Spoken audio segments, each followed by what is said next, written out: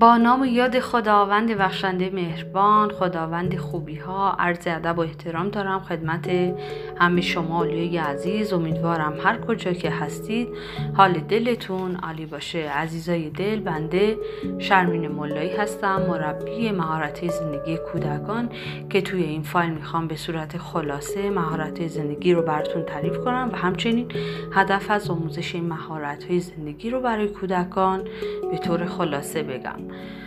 و اما مهارت زندگی یعنی چی؟ یعنی این که توانایی هایی هستن که ما با تمرین کردن مدام میتونیم اونا رو پرورش بدیم و شخص رو برای روبرو شدن با خیلی از مسائل مشکلات روزانه که چه بزرگترها و چه کوچکترها باش روبرو هستن بتونن به درستی اون رو حل کنن و همچنین باعث افزایش توانایی‌های روانی، اجتماعی و بهداشتی میشه که هر کدوم از این مؤلفه ها در جایگاه خودش فوق‌العاده مهم هستن. اما هدفمون چیه؟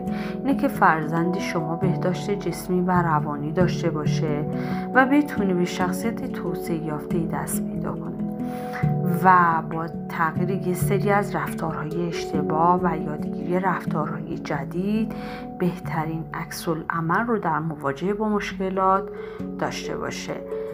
هرچند که ممکنه خیلی از افراد در طول دوره‌های مختلف زندگیشون آگاهی‌های زیادی رو نسبت به خیلی از مسائل کسب کنن، ولی ممکنه که این تغییر رفتار رو آموزش ندیده باشن که ما توی این فایل ها به طور خلاصه به این سرفصل ها اشاره می کنیم و امیدوارم که برای همه شما عزیزان کاربردی باشه.